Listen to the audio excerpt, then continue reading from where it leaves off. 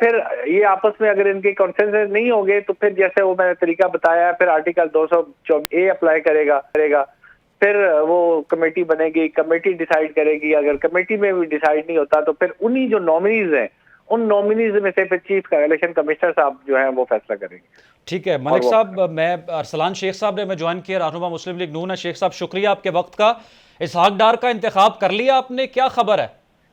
اچھا جی، میں تو یہ اسحاق ڈار صاحب کی خبر میں میڈیا میں دیکھ رہا ہوں، آفیشلی تو ایسی کوئی میٹنگ میں ہماری یا سی کی میٹنگ میں یا قائد محترم یا نواز شریف صاحب یا شہباز شریف صاحب نے اپنی یا کور کمیٹی میں کوئی ایسا ڈیسائیڈ نہیں کیا اسحاق ڈار صاحب کا، یہ تو میڈیا میں یہ خبر چل رہی ہے، یہ تو میرا اپنا ویژن ہے۔ تو یعنی آپ اس کی مکمل تردید کرتے ہیں؟ جی میرے خیال میں ابھی کوئی ایسی بات نہیں ہوئی۔ اچھا سر، دبئی میں دوبارہ سے ملاقات کی باز گشت ہے، آصف علی زرداری، میاں محمد نواز شریف اور اس مرتبہ مولانا فضل الرحمان کو بھی شامل کیا جا رہا ہے، تو کون کون سے نام کنسیڈریشن میں آپ تک کیا اطلاعات پہنچی ہیں لیڈرشپ کی جانب سے؟ سر دیکھیں، اس میں تو ابھی تو اٹس ٹو ارلی ٹو سے اینی تھنگ، ابھی تک تو دیکھیں جب ملاقات ہوگی ڈیفینیٹلی لیڈر آف اپوزیشن بھی ہے اور ساروں کی کنسنسس پہ ابھی ہمیں میاں صاحب نے ایک کمیٹی تشکیل دی ہوئی ہے اسحاق ڈار صاحب کی سربراہی میں، اور اس کے وہ خود ممبر ہیں جس میں سعد رفیق صاحب، ایاز صادق صاحب، خواجہ آصف صاحب، یہ سارے موجود ہیں۔ تو ابھی تک تو میرا خیال ہے کہ یہ کمیٹی کا ایک راؤنڈ شروع ہوگا جا کے پی ڈی ایم کی اپنے جماعتوں سے، باقیوں سے، اس کے بعد کوئی فیصلہ ہوگا۔ میرا خیال ابھی میڈیا میں اس قسم کی خبریں بہت پہلے آ چکی اور مجھے نہیں لگتا اس میں کوئی صداقت ہو۔ ٹھیک ہے نوید ملک صاحب، آپ کی طرف آؤں گا۔ آپ کو پتا ہے کہ میٹنگز ہو رہی ہیں دبئی میں اور میاں محمد نواز شریف کے آنے کی بھی تیاری ہے، واپس آ رہے ہیں کسی بھی وقت، یہاں پر کارکنان کو تیار رہنے کی بھی ہدایت کر دی گئی ہے۔ میں صرف آپ سے یہ جاننا چاہتا ہوں کہ جب caretaker set up Punjab میں آیا تو اپوزیشن نے بڑی تنقید کی، کہا ہم نہیں مانتے، ہمارے ساتھ بہت بڑی زیادتی ہو جائے گی۔ اگر اب کیئر ٹیکر پرائم منسٹر اور وفاقی سطح پر جب کیئر ٹیکر سیٹ اپ آئے گا، اپوزیشن تنقید کرے گی تو ان کی کوئی بات سنی جائے گی کانسٹیٹیوشنلی، یا جو ماضی میں ہوا وہی ہوگا؟ سر جیسے میں نے کہا کہ چونکہ کیئر ٹیکر گورنمنٹ کا جو بیسک جو مقصد ہوتا ہے وہ انتخابات کروانا ہوتا ہے، اور تمام سیاسی پارٹیاں جو ہیں وہ انتخابات کانٹیسٹ کر رہی ہوتی ہیں، لہذا کیئر ٹیکر گورنمنٹ تو ایسی ہونی چاہیے جو سب کے لیے قابل قبول ہو، چاہے وہ اپوزیشن ہو چاہے وہ گورنمنٹ کی سر ہونی تو پارٹیز ہو۔ چاہیے، یہ تو آپ بالکل درست فرما رہے ہیں، آپ ظاہر ہے قانونی ماہر ہیں، لیکن ایسا ماضی میں اپوزیشن کی جانب سے تنقید کی گئی کہ ایسا نہیں ہے، اگر اب یہ تنقید کی جاتی ہے تو ان کی سنوائی ہوگی؟ دیکھیں اگر یہ پراپر جو پروسیجر ہے جو ہمارا آئین پاکستان ہے اس کا پروسیجر اڈاپٹ کرتے ہوئے کسی ایسے شخص کو منتخب کر لیا جاتا ہے تو میرا خیال ہے کہ پھر تنقید تو اگر وہ کرتے رہیں لیکن قانون کے مطابق تو ان کی جو ان کو تعینات کیا جائے گا وہ تعیناتی درست ہوگی۔ ٹھیک ہے نوید ملک صاحب، صدر اسلام آباد ہائی کورٹ بار ایسوسی ایشن ہمارے ساتھ موجود تھے۔ ارسلان شیخ صاحب، سارا معاملہ آپ کے سامنے ہے اور اس وقت کیسز کا بھی سامنا ہے اپوزیشن کو، کیئر ٹیکر پرائم منسٹر کے لیے آپ کیا سمجھتے ہیں کہ اعتماد میں آ جانا چاہیے اپوزیشن کو بھی اور دوسرے سیاسی مخالفین کو بھی؟ اس میں تو اپوزیشن کا بالکل کردار ہے اور آئین میں بھی ہے کہ اپوزیشن کی کنسرن سے آپ نے کیئر ٹیکر پرائم منسٹر لے کے آنا ہے، تو اس میں تو کوئی دوسری رائے نہیں ہے، بالکل اعتماد میں لینا چاہیے اور بالکل لیں گے بھی۔ اس میں یہ نہیں ہے کہ اپنی کوئی من پسند کوئی فیصلے کرائے جائے، یہ بالکل اعتماد میں لے کے فیصلہ ہوگا، ادروائز تو آپ کو تو پھر ایسا کیوں ہے کہ اب جو نام سامنے آیا، یہ نام اب آپ نے جس طرح سے تردید کی، خواجہ آصف صاحب نے بھی اس کی تردید کی، یہ تو آپ کے پارٹی ممبر ہیں، اس سے پہلے جن صحافیوں کا یا جو ایکسپرٹس کا نام آتا رہا وہ بھی وہی ہیں جو مسلم لیگ نون کے زیادہ قریب سمجھے جاتے ہیں، ایسا پھر کیوں ہے سر؟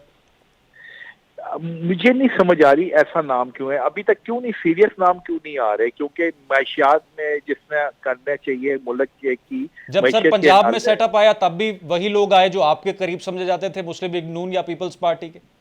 سر آپ دیکھیں کہ جب آپ نے کنسنسس سے مسلم لیگ نون اور پیپلز پارٹی کی جب ایک مشاورت سے جو لینا ہے وہی نام ہوگا نا، پارٹیز تو ہے، تو انہوں نے تو بالکل آپ کو پتا ہے پی ٹی آئی نے بائیکاٹ کر دیا تھا، نہ ان کا کوئی اپوزیشن میں کوئی کردار ہے، تو ڈیفینیٹلی پھر کنسنسس تو کے ساتھ اپوزیشن کو اعتماد میں لے کے لیا جائے گا، اور وفاق میں بھی جو اپوزیشن کی طرف سے اور پرائم منسٹر کی طرف سے انشاءاللہ تعالی الیکشن کمیشن میں جانے کی نوبت ہی نہیں آئے گی، اور آپ دیکھیں گے کہ ود ان 1 week 10 days میں یہ ساری چیزیں فائنلائز ہو جائیں گی۔ ٹھیک ہے تیمور تالپور صاحب، آصف علی زرداری، میاں محمد نواز شریف اور مولانا فضل الرحمان کی دوبارہ سے میٹنگ کی بازگشت ہے کہ دبئی میں ہوگی اور کیئر ٹیکر پرائم منسٹر کا اس میں فائنلائز کیا جائے گا نام. یہ ساری خبر اور جو بھی میڈیا اور سوشل میڈیا پر چلتا رہا، آپ یقینی طور پر ملاحظہ کر رہے ہیں اسحاق ڈار کا نام آیا، پھر تردید بھی اس کی آ گئی. آپ کے پاس کیا اطلاعات ہیں؟ آپ تو بہت قریب ہے ظاہر ہے آصف علی زرداری صاحب کے بھی. کیئر ٹیکر پرائم منسٹر کے لیے کون ہے کنسیڈریشن میں؟ نام کنسیڈریشن ہے اور جلد انشاءاللہ تعالیٰ اناؤنس ہو جائیں گے. تو اٹس جسٹ اے میٹر کہ ہم نے جو لیڈرشپ نے ہماری میاں صاحب کے ساتھ کوئی نام کا اگر بات چیت ہوئی ہے ان کی، تو وہ بات جو ہماری چھوٹی جماعتیں ہیں اس سے بھی پہلے ڈسکس کیا جائے گا اور اس کے بعد اناؤنس کریں گے. جہاں تک بات ہے اسحاق ڈار صاحب کی، تو ابھی کلیئرفیکیشن بھی آ گئی ہے. اور ویسے بھی یہ جو نام ہے سارے، یہ سب سے پہلے ہماری جو پارلیمنٹری کمیٹی بنی ہے جس میں خورشید شاہ صاحب ہیں، گیلانی صاحب ہیں، نوید قمر صاحب ہیں، ان کے پاس نام آئیں گے، پھر ڈسکشن بڑھے گا یا وہاں سے نام آئیں گے. تو نہ ہی اسحاق ڈار صاحب کا نام آیا ہے اور نہ ہی انڈر کنسیڈریشن ہے. سر جو کمیٹی آپ کی بنی ہے کمیٹی، اس میں کون سے نام آ رہے ہیں سامنے؟ نام ابھی تک انہوں نے کوئی واضح کیے نہیں ہیں اور کوئی نام اوکے ہوئے نہیں ہیں. اس میں کچھ ٹائم لگے گا. میں سمجھتا ہوں 2-3 دن یا شاید اس سے زیادہ ٹائم لگے گا جب تک نام ہم آپ کو بتا سکتے ہیں، اناؤنس کر سکیں گے، جب تک کنسنسس ایک چیز پہ ہو جائے گا. پر ایک چیز بڑی کلیئر صدر زرداری نے کہی ہے کہ جو بھی نام آئے گا وہ ایک نیوٹرل نام ہوگا، کسی پارٹی سے ان کا واسطہ نہیں ہوگا، نہ پیپلز پارٹی سے، نہ نون لیگ سے، نہ جماعت سے. سر خبر یہ بھی سامنے آئی ہے کہ آصف علی زرداری صاحب مطمئن ہے اگر میاں محمد نواز شریف اپنی مرضی کا فیصلہ کرتے ہیں کیئر ٹیکر پرائم منسٹر کو لے کر، یہ خبر درست ہے؟ دیکھیے جی، بڑی سمپل اور کلیئر سی بات ہے. نام وہی آئے گا جس سے زرداری صاحب کی رضامندی ہوگی. تو ان کی جو رضامندی ہے وہ اسی نام پر ہوگی جس پر دونوں کا کنسنس ہے. اس طرح نہیں ہے کہ نواز شریف صاحب اپنی مرضی سے کوئی بھی نام دے دیں یا اس طرح ہو جائے. نام کنسنس کے ساتھ آئے گا اور کنسنس بڑا اچھا ہے. صاحب اور زرداری صاحب کی کوئی ifs and buts یا کوئی ایسی چیز نہیں ہے جس میں کوئی گھر پر پریشانی ہو یا الیکشن کمیشن کو بیچ میں آنا پڑے. سر یہ تاخیر کا اتنا سامنا کیوں کرنا پڑ رہا ہے؟ کیا اتحادی جماعتوں کے اپنے اندر اختلافات سامنے آ رہے ہیں؟ اب تو کل 2 ہفتے بھی نہیں باقی حکومت جانے میں. آپ نے دیکھا ہوگا جب بھی وقت آتا ہے، بلکہ اگر آپ کو یاد ہو پچھلی بار جب حکومت گئی تھی تو یہ نام ہم سے بھی ڈیسائیڈ نہیں ہو رہے تھے، الیکشن کمیشن کو بھی انوالو ہونا پڑا تھا. تو یہ ابھی بڑی اسموتھ سیلنگ ہو رہی ہے. اگر ناموں پہ ہم ڈسکس نہ کر سکیں کنسنسس ہو رہی ہے، پر ہم اپنے نام متفق ہو کے آپ کو بہت جلد بتانے والے ہیں، تو اس میں تاخیر انشاءاللہ تعالیٰ نہیں ہوگی. ٹھیک ہے شیخ صاحب، اس نام کی بھی تردید ہو گئی. جن صحافیوں کے نام آتے رہے پہلے سامنے، ان میں بھی کوئی صداقت نہیں. صاحب نے بڑی زبردست بات کی ہے کہ ابھی جب پیپلز پارٹی کی طرف سے بھی کمیٹی بنی ہے اور پی ایم ایل این کی طرف سے بھی کمیٹی بنی ہے، ان کا ابھی تک ایک سیشن ملاقات کوئی ایک راؤنڈ ہوگا تو کوئی نام ڈسکس ہوں گے نا. تو نیکسٹ ویک سے یہ بیٹھنا شروع ہو رہے ہیں. اس کے بعد پھر آپ کہہ سکتے ہیں کہ جناب کوئی صحافی کا ہے یا کسی بیوروکریٹ کا ہے یا کوئی فائنانس منسٹر کا ہے کسی کا، وہ چیزیں بعد میں ڈیسائیڈ ہوگی. ابھی تو میرے خیال ٹو ارلی ٹو سے اینی تھنگ. ٹھیک ہے ناظرین، گفتگو آپ سن رہے، پروگرام کو آگے بڑھائیں گے. ایک بریک.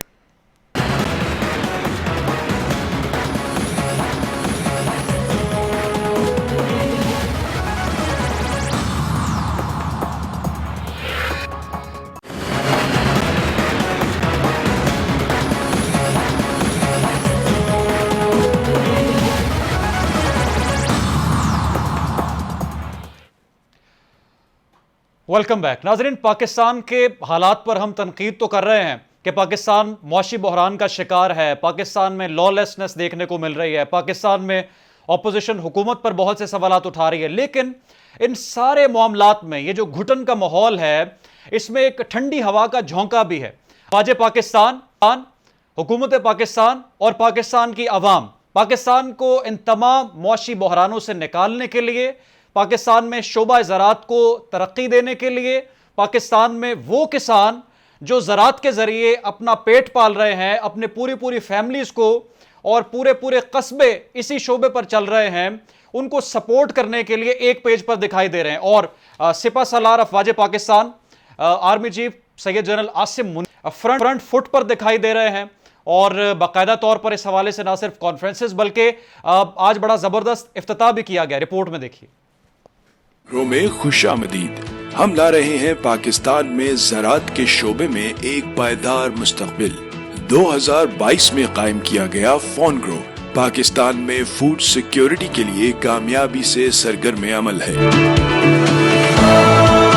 ہمارا مشن ہے بڑے پیمانے پر کارپوریٹ فارمنگ کو متعارف کروانا اور ایک value added agro ecosystem بنانا تاکہ ہائی ٹیک زرعی سہولیات اور جدید طریقوں سے بھرپور فائدہ اٹھایا جا سکے.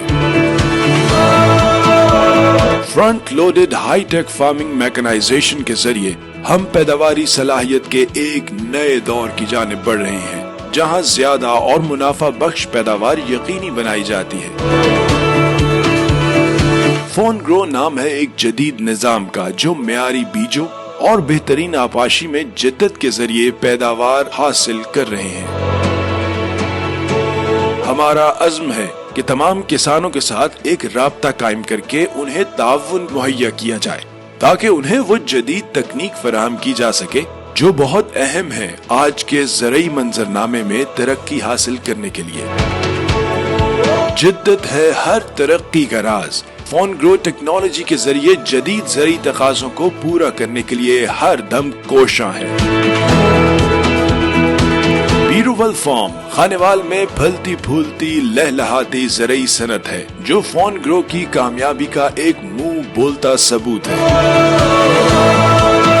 جدید کاشتکاری کے معیار کو اپناتے ہوئے یہ مکمل طور پر اپنی نوعیت کا پہلا فارم ہے جو خانیوال میں 2250 ایکڑ پر پھیلا ہوا ہے اور جس کو 5 سال میں 1,00,000 ایکڑ تک پھیلانے کا منصوبہ بھی تشکیل دیا جا چکا ہے. پاکستان زراعت کے لیے ایک موزوں ترین سرزمین ہے. یہ ملک ایک انقلابی زرعی تبدیلی کی طرف گامزن ہے اور ایک عظیم ترقی کے لیے تیار ہے. آئیے مل کر اس ترقی کا حصہ بنیں. ہم سب کو مل کر اس قوم کی خدمت کرنی ہے اور اس دکھی قوم کو اس بحران سے نکال کر ایک عظیم قوم بنانا ہے. یہی خلاصہ ہے سپہ سالار جنرل سید عاصم منیر صاحب کی آج کی گفتگو کا بھی. اسی پر بات کرنے کے لیے صدر کسان اتحاد موومنٹ خالد کھوکھر صاحب اور دفاعی تجزیہ کار بریگیڈیئر ریٹائرڈ مسعود خان صاحب نے ہمیں جوائن کیا ہے. مسعود صاحب، سب سے پہلے تو میں آپ کی طرف آؤں گا. تنقید بھی کچھ لوگ سوشل میڈیا پر اتنے اچھے منصوبوں پر کر رہے ہیں، کیا سمجھتے ہیں عوام کو فائدہ کس طرح سے پہنچے گا اس منصوبے سے؟ اور یہ جو ناقدین ہیں اچھی باتوں پر بھی تنقید کرتے ہیں، ان کو کیا جواب دیں گے؟ جی بہت شکریہ جی مجھ سے بات کرنے کا. لیکن یہ ہماری بدقسمتی ہے کہ یہ اس طرح کی بات چیت جو لوگ ہیں نگیٹو کمنٹس وغیرہ اس پہ کر رہے ہیں. لیکن دیکھا جائے تو کہ دنیا بھر میں جی ٹھیک ہے، بریگیڈیئر صاحب کے ساتھ ہمارا رابطہ منقطع ہوا ہے، بحال کرنے کی کوشش کرتے ہیں. خالد کھوکھر صاحب، بالخصوص کسانوں کے لیے جو لائف سٹاک سے منسلک ہے، زراعت سے منسلک ہے، ٹیکسٹائل سے منسلک ہیں، ان کے لیے اس انیشیٹو کے تحت بہت سے منصوبے لائے جا رہے ہیں کہ لوگوں کو فائدہ پہنچے، عوام کو فائدہ پہنچے. کسان خوش ہیں اس تمام تر صورتحال اور ان منصوبوں پر؟ دیکھیں جی، میں سمجھتا ہوں یہ ایک پیراڈائم شفٹ ہے کہ ہم جو پہلے فارمنگ کر رہے تھے اب جدید طریقے کار سے ہوگی. بہتر سیڈ ملے گا، بہتر ٹیکنالوجی ہوگی اور جدید مشینری ہوگی. ہمارے پاس تو پہلے ریسرچ ہی نہیں تھی، ہمارے پاس بہتر سیڈ ہی نہیں تھا، اس لیے ہماری پر ایکڑ پیداوار دنیا سے کہیں کم ہے. تو اس فنڈ گرو کے آنے سے انہوں نے جو نیا فارم ڈیولپ کیا پیروال ضلع خانیوال میں، وہ دیکھنے والا ہے. وہاں جا کے دیکھ کے انسان کی عقل دنگ رہتی ہے. وہاں انسان محسوس کرتا ہے کہ ہم پاکستان میں نہیں کھڑے، کسی اور ملک میں کھڑے ہیں. دیکھیں میں آپ کو ایک مثال دے سکتا ہوں. پاکستان میں ڈائیو بس، اس کو دیکھ کے باقی ساری بسیں ٹھیک ہو گئی. آج الحمدللہ باقی ہماری بسیں ڈائیو سے بھی آگے نکل گئی ہیں. تو فنڈ گرو نے جو کام شروع کیا ہے اس کو دیکھ کے باقی فارمر اس سے وہاں سے جا کے سیکھیں گے. بہتر بیج ان کو مہیا ہوگا، بہتر ٹیکنالوجی ملے گی، جدید ریسرچ ہوگی. تو یہ اس وقت کی اہم ضرورت تھی. جتنی ہماری آبادی بڑھ رہی ہے، ہم ہر سال آبادی میں ایک نیا نیوزی لینڈ یا سنگاپور ایڈ کر رہے ہیں. اس حساب پہ ہماری ایگریکلچر کی گروتھ نہیں تھی. اب اس کے آنے سے کم از کم یہ ہوگا کہ ہماری پر ایکڑ پیداوار بڑھے گی، غیر آباد رقبے آباد ہوں گے. پھر دوسرا یہ ہے اس میں کارپوریٹ سیکٹر آئے گا, وہ آ کے انویسٹمنٹ کرے گا. کچھ لوگ باہر سے آئیں گے, کچھ پاکستان کی کمپنی یہاں پہ انویسٹمنٹ کریں گے, کچھ فارمر یہاں پہ انویسٹمنٹ کریں گے. باقی جو چھوٹے فارمر کے لیے وہ سوچ رہے ہیں وہ بھی زبردست ہے کہ چھوٹے فارمر کو اگر صحیح ایکسٹینشن سروس مل جائے, اس کو بہتر بیج مل جائے, وقت پہ اس کو کھاد مل جائے, پلس اس کے لیے کوآپریٹو سسٹم لایا جا رہا ہے کہ تاکہ بجائے جو ایک کاشتکار 5 ایکڑ 10 ایکڑ کا ہے وہ 35 لاکھ کا ٹریکٹر نہیں خرید کر سکتا, وہ کروڑ 2 کروڑ کی مشینری خرید نہیں کر سکتا, اس کا ایک کلسٹر بنا کے 40-50 کاشتکار اکٹھے ہو کے تو وہ ہر چیز لے کے جدید کاشتکاری کر سکتے ہیں. لیکن اس کے بغیر ملک نہیں چل سکتا. ہم بچپن سے پڑھتے آ رہے ہیں کہ ہمارا ملک کیا سمجھتے ہیں اس طرح کے منصوبوں سے عوام, کسان اور افواج پاکستان کے درمیان بانڈنگ بھی بڑھے گی؟ سر دیکھیں نا, ایک محبت کا رشتہ بڑھے گا. آج جس طریقے سے پاک آرمی ہمارے ساتھ آ کے کاشتکاروں کے ساتھ کھڑی ہوئی ہے, جتنی وہ ہمارے لیے سہولت کار بن رہے ہیں, ہمیں سہولتیں فراہم کر رہے ہیں, ہمارے لیے بہتر بیج لانے کی کوشش کر رہے ہیں, بہتر مشینری منگوا رہے ہیں ہمارے لیے, جدید ریسرچ سے منسلک کر رہے ہیں, جو انہوں نے لینڈز کا ادارہ بنایا, جو land information and management system جو انہوں نے بنایا, land information and management system. اچھا, اس سے کیا ہوگا کہ کاشتکار لاہور بیٹھا, اس کے رحیم خان میں زمین ہے, وہ وہاں بیٹھ کے لینس کے ذریعے وہ اپنی زمین کا تجزیہ کروا سکے گا, وہ اپنی پیسٹ کاؤنٹنگ کر سکے گا, وہ دیکھ سکے گا کہ اس کی زمین میں کس ایکڑ کو پانی کی ضرورت ہے. دیکھنا یہ ریسرچ کے بارے میں تو ہم ایسی چیزیں بارے میں سنتے تھے, اب سامنے دیکھ رہے ہیں کہ ہمارے سامنے ہو رہی ہے. اب دیکھیں نا, ہمارے پاس 15 ملین ایکڑ رقبہ ہے جو غیر آباد پڑا ہے, جو آباد ہو سکتا ہے اگر ان کے ذریعے, ہماری پاک افواج کے ذریعے وہ رقبہ آباد ہو جائے. دوسرا یہ کہ پاکستان میں یہ پہلا ماڈل نہیں ہے, دنیا میں 21 ممالک میں ہے. سب سے پہلے چائنا نے مدد نے شروع کیا تھا اور آج تک وہاں پہ کسان اور جوان مل کے کام کر رہے ہیں. اس طرح انڈونیشیا میں, باقی کئی ممالک میں اس طرح ہو رہا ہے. تو پاکستان میں سمجھتا ہوں یہ بہت ہی خوشائند بات ہے. دیکھیں نا آج ہمارے حالات ٹھیک کیا ہے ہیں. بریگیڈیئر صاحب, کسان رہنما بھی اس کو خوشائند قرار دے رہے ہیں, جو کسان ہیں یا جو ذمہ دار ہے وہ بھی اس انیشیٹو کو خوشائند قرار دے رہے ہیں. لیکن چونکہ سوشل میڈیا کا دور ہے, تنقید کرنا, کسی بھی پروجیکٹ کا تمسخر اڑانا, اس پر پروپیگنڈا کریٹ کر کے سوالات اٹھانا, یہ بڑا نارمل اور بڑا آسان ہو چکا ہے. اس منصوبے پر جو تنقید لوگ کر رہے ہیں ان کا کیا جواب دیں گے آپ؟ جی ہاں, پہلے تو میں پہلے چیز کو بتانا چاہوں گا, آپ نے جو پچھلا سوال کیا تھا لائن ڈراپ ہو گئی تھی جی, کہ جو بھی ڈفرینٹ آرمیز ہے دنیا میں وہ ڈفرینٹ رولز ادا کر رہی ہیں فار دی نیشن بلڈنگ میں, چاہے وہ امریکن آرمی ہے, ٹرکش آرمی ہے, اسرائیلی ڈیفنس فورسز ہے, ساؤتھ امریکن آرمیز ہے, اور اسپیشلی چائنیز PLA ہیں. چائنا میں دیر از اے ڈیفنس پروڈکشن کور ہے, شنگجیانگ ڈیفنس پروڈکشن کور کہتے ہیں, از دا 54th ڈیفنس پروڈکشن کور. اس کی 85 یونٹس ہیں اور یہ پورے اس شنگجیانگ ریجن میں نہ صرف ایگریکلچر فیلڈ میں گورنمنٹ کو اسسٹ کرتے ہیں, باقی ڈیفنس پروڈکشن میں, چاہے وہ اس میں جو وہاں پہ جو پریپریشن آف لینڈ ہے for sowing of seeds extra, تو اس میں رول ادا کر رہے ہیں. سو پاکستان آرمی بھی ڈیفنس پروڈکشن اس کے جو نیشن بلڈنگ میں اپنا role for quite some time جو 1947 کے بعد یہ ادا کر رہے ہیں. اور اٹ از ایویڈنٹ کہ جو ہمارے یہاں پہ جو پروجیکٹس ہیں, HIT ہے, FWO والے ہیں, NLC والے ہیں, PFWA کے پروجیکٹس ہیں, اس میں یہ کام کر رہے ہیں. اس کے علاوہ یہ ہے کہ پاکستان آرمی ایک ڈسپلن انسٹیٹیوشن ہے اور ان کے پاس جو مین پاور ہے کہ ایک تو ڈسپلن ہے, رسپانسیو ہے اور دے آر اسکلڈ. تو اسپیشلی آپ نے دیکھا ہوگا کہ پاکستان کے اندر اسپیشلی جب بل صفائی ہوتی ہے یا دوسرے لوکسٹ کے اگینسٹ آپریشنس ہوتے ہیں, اور اس ساروں میں افواج پاکستان ہی جاتے ہیں اور اس میں دے کنٹریبیوٹ ہے. اب اس طرح فوج کی آنے سے یہ ہوگا, جس طرح پہ کھوکر صاحب نے بات کی ہے, کہ جو دے ول ریکلیم جو بیرن لینڈس پڑی ہوئی ہیں, نئے نئے کینالس بنیں گے, اس سے پروڈکشن میں ڈیولپمنٹ, کیونکہ آلریڈی ہمیں we are facing food shortages ہیں. ہم باہر سے آپ دیکھیں نا کہ we are the 10th largest country جو گندم پیدا کرتے ہیں, لیکن ہمارے اپنے یہاں پہ گندم پوری نہیں ہے, ہم باہر سے امپورٹ کر رہے ہیں. تو ہمارے پاس کراچی سے ہمارے پاس آئل نہیں, ہم باہر سے لے کے آ رہے ہیں. تو یہ ایک اسٹیپ ہے ان دی رائٹ ڈائریکشن. اور آرمی اس لیے دے ول انشور, کیونکہ آرمی ایک ڈسپلن انسٹیٹیوشن ہے, ایک پراپر اس میں آلریڈی ایک سیٹ اپ بن چکا ہے. دس از اے میجر جنرل جو اس سسٹم کو لک آفٹر کرے گا. تو things will go in the right direction. This is the beginning. تو انشاءاللہ جس طریقے سے آج چیف نے ایڈریس کیا ہے, and he is assured the nation کہ جی ہم بالکل آپ کے ساتھ کھڑے ہیں, اور فوج کے ساتھ نیشن کو کھڑا ہونا چاہیے, اور یہ ہم دونوں مل کے پاکستان کو ترقی میں اپنا رول ادا کر سکتے ہیں. بہت خوش آئند، لیکن تنقید کرنے والوں کو جواب دیجیے۔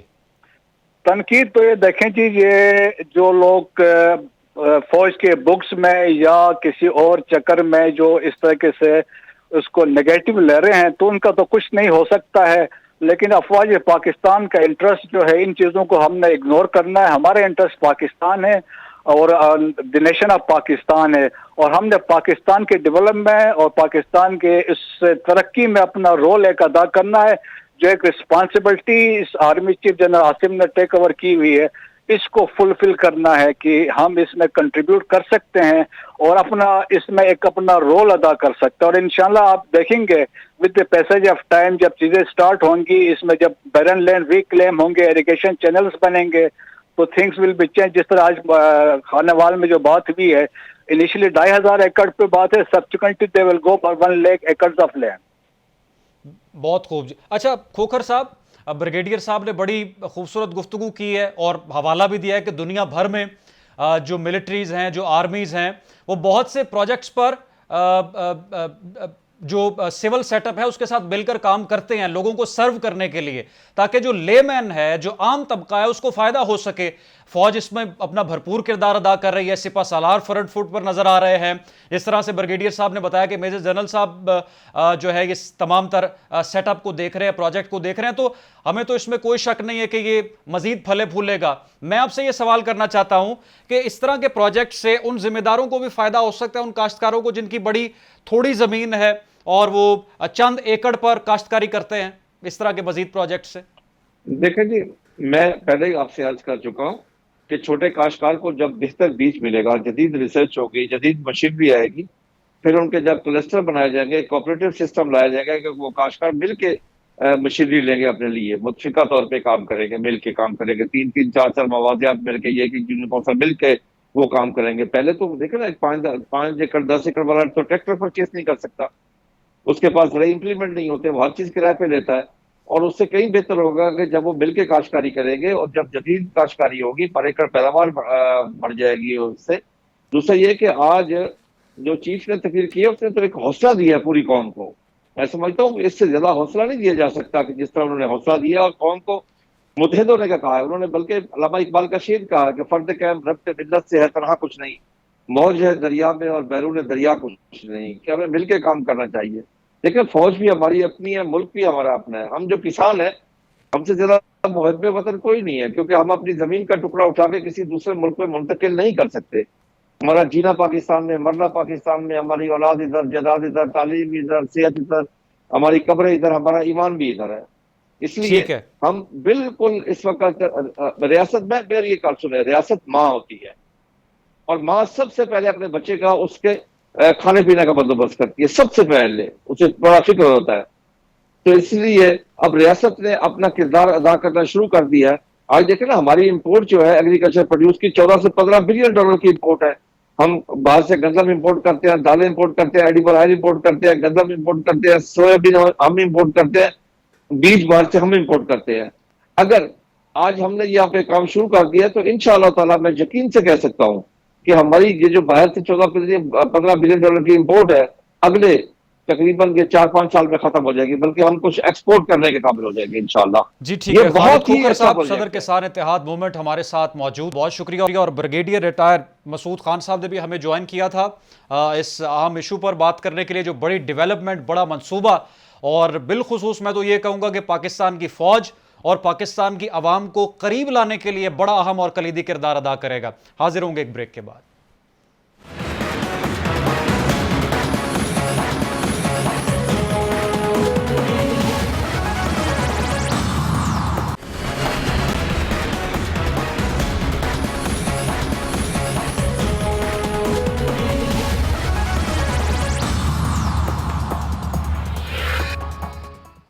ویلکم بیک ناظرین، پروگرام میں کچھ بات کریں گے پیمرا ترمیمی بل کے حوالے سے، بالخصوص صحافتی حلقوں میں، اور وہ لوگ جو کہ آزادی اظہار رائے پر یقین رکھتے ہیں، کافی جو ہے وہ تشویش پائی جا رہی ہے۔